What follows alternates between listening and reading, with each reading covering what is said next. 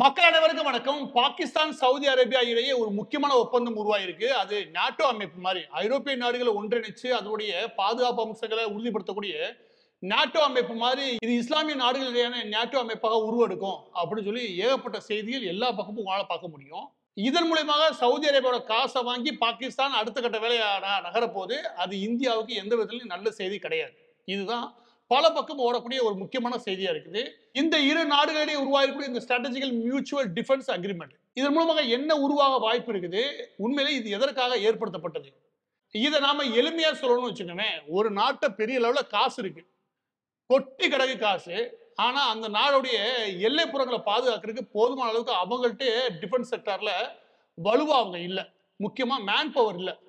இன்னொரு பக்கம் இன்னொரு நாட்டை காசே இல்லை, எந்த நாடா காசு இருக்குன்னு தெரியுது, அப்படி ஒரு நாடு இருக்கு. இந்த ரெண்டு நாடுக்கிடையே ஒப்பந்தம் முடிச்சு வச்சுக்கேன். அது என்னவா இருக்குன்னு நினைக்கிறீங்க?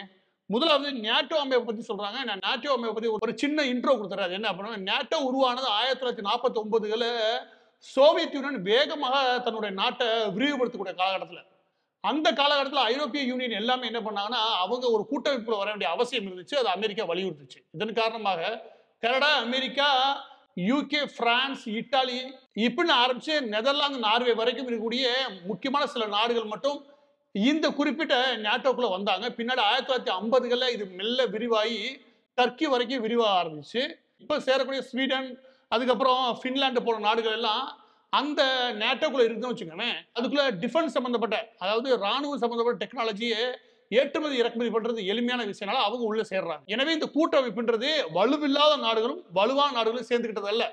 இந்த கூட்டமைப்பு உருவானதுக்கு காரணமே சோவியத்தினுடைய வேகமான ரொம்ப தீவிரமான வளர்ச்சி, அது அடுத்த கட்டமா நம்மளை பிடிக்குமோன்ற பயம், அதனால உருவாக்கப்பட்ட ஒரு கூட்டமைப்பு. இந்த கூட்டமைப்புல யூகே இருக்கு, பிரான்ஸ் இருக்கு, இத்தாலி இருக்கு. இந்த எல்லா நாடுகளுமே டெக்னாலஜிகளா ஒன்னு போட்டி போடக்கூடிய நாடுகள்.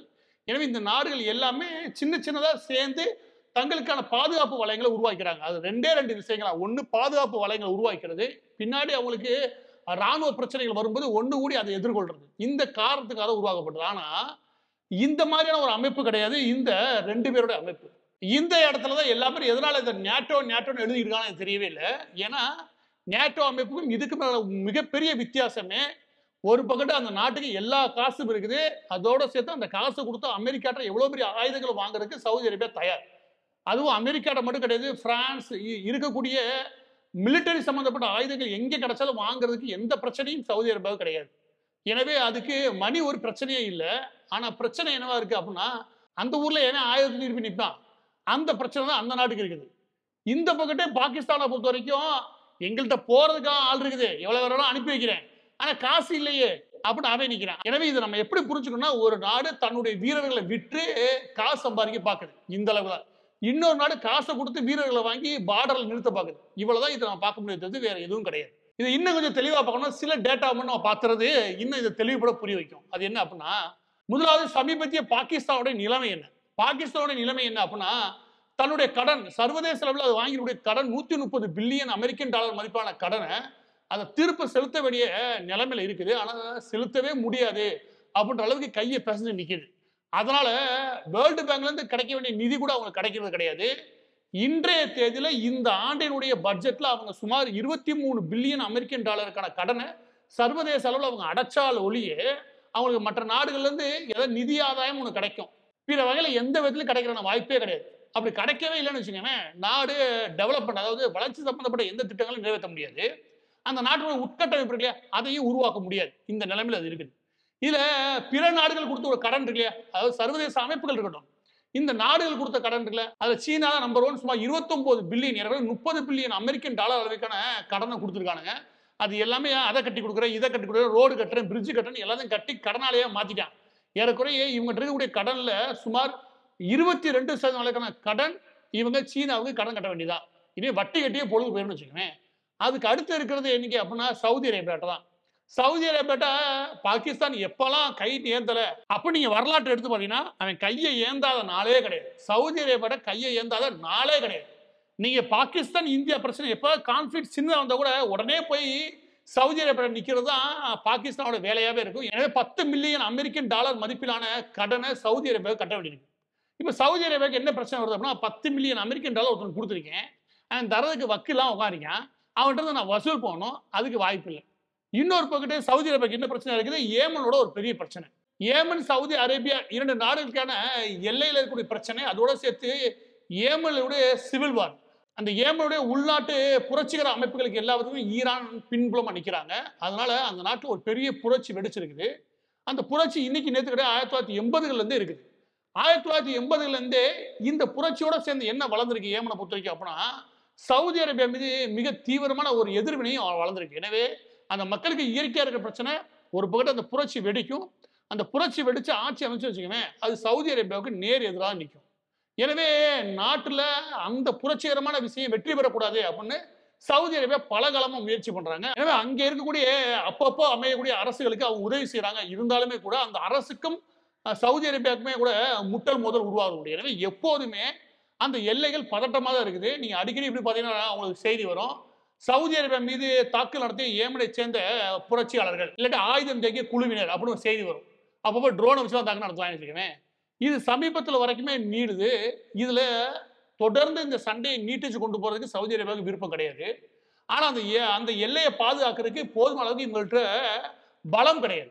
அதாவது ஆயுத பலம் இல்லைன்னு சொல்ல மாட்டேன். ஏன்னா ஆயுதம் பலம்னு வச்சுக்கோங்க, அமெரிக்கா, பிரான்ஸ் எல்லா விட்டு வாங்கி தள்ளுறாங்க. ஆனா சவுதியை பொறுத்த வரைக்கும் நீங்க ஒட்டுமொத்தமா கவனிச்சீங்கன்னா, அதுல ஆக்டிவா பார்டர்ல நின்று சண்டை போடக்கூடிய ஒரு தீவிரமான குரூப்னா 2,50,000 பேர் மட்டும்தான். ஒட்டுமொத்த ஆர்மிக்கும் அவங்க 6 லட்சம் பேர் கணக்காட்டினா கூட இன்டர்னல் செக்யூரிட்டி, பாராமிலிட்டரி ஃபோர்ஸ் இது எல்லாம் கழிச்சீங்கன்னா ராணுவத்துக்கு இருக்கிறது 2 லட்சம் பேர் கூட கிடையாது. இந்த 2 லட்சம் பேர்ல ஒரு பெரிய தீவிரமான படையை கொண்டு போய் நீங்க பார்டர் நிப்பட்டி சண்டை போடுற அளவுக்கு சவுதி அரேபியாட்ட அந்த ஸ்ட்ரென்த் இல்லை, மேன் பவர். இந்த மேன் பவர் நம்ம ஊர்ல இருந்து எடுக்கலாம்னா எல்லா பேரும் சொகுசா வாழ்ந்துட்டான். எவன் இங்க சொகுசா வாழல, எல்லா பேரும் சொகுசு பேர் வழி. எல்லா பேருக்கும் போதுமான அளவுக்கு காசு கொட்டி கிடக்கு. பின்ன யாரு இதுக்காக போய் எல்லையில போய் நிப்பா?